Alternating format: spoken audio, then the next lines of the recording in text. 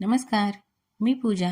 तुम्हा सर्वांचं मनपूर्वक स्वागत करते आपलं चॅनल दीपूज रेसिपी अँड मोरमध्ये.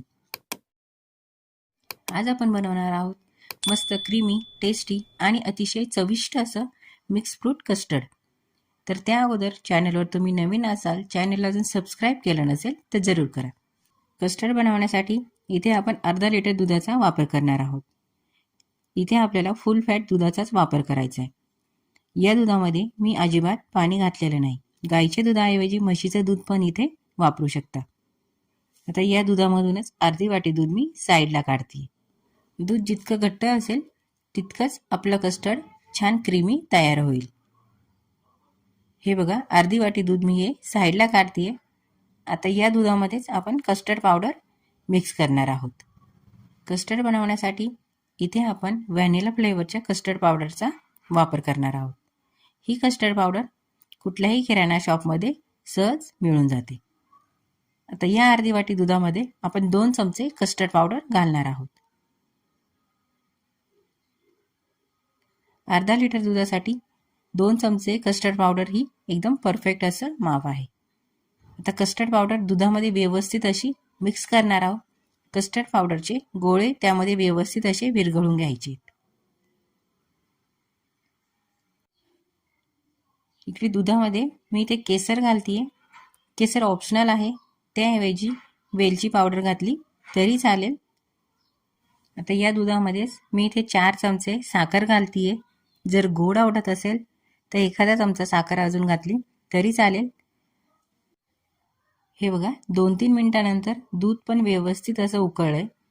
आता यामध्येच आपण जे कस्टर्ड पावडर दुधात मिक्स करून घेतली होती ती घालणार आहोत. ही कस्टर्ड पावडर दुधामध्ये घातल्यानंतर दूध आपल्याला कंटिन्यू असं हलवत राहायचंय, नाहीतर त्याचे गोळे पण तयार होतात. हे बघा, या प्रकारेच आपल्याला हे कंटिन्यू असं हलवत राहायचंय. ही सर्व प्रोसेस आपल्याला कमी गॅसवरतीच करायची आहे. हे बघा, 2 मिनिटानंतर कस्टर्ड दुधामध्ये व्यवस्थित असं मिक्स झालंय आणि दूध पण कस्टर्ड पावडर टाकल्यानंतर घट्ट झालंय. हे बघा, छान असं क्रीमी दूध तयार झालंय. आता आपण गॅस बंद करणार आहोत आणि हे थंड होण्यासाठी ठेवणार आहोत.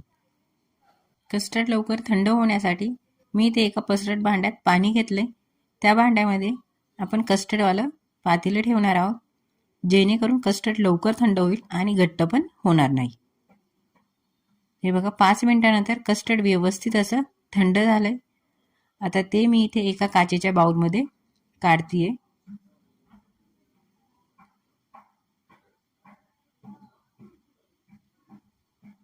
आता यात आपण फळं घालणार आहोत. फळं आवडीनुसार घालू शकता.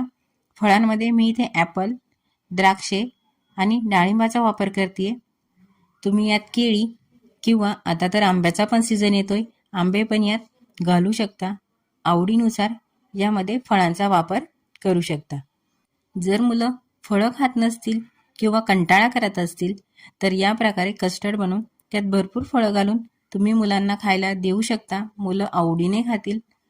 आता यामध्ये आपण डाळिंब घालणार आहोत आणि सर्व फळं घालून झाल्यानंतर कस्टर्ड आपण व्यवस्थित असं मिक्स करणार आहोत.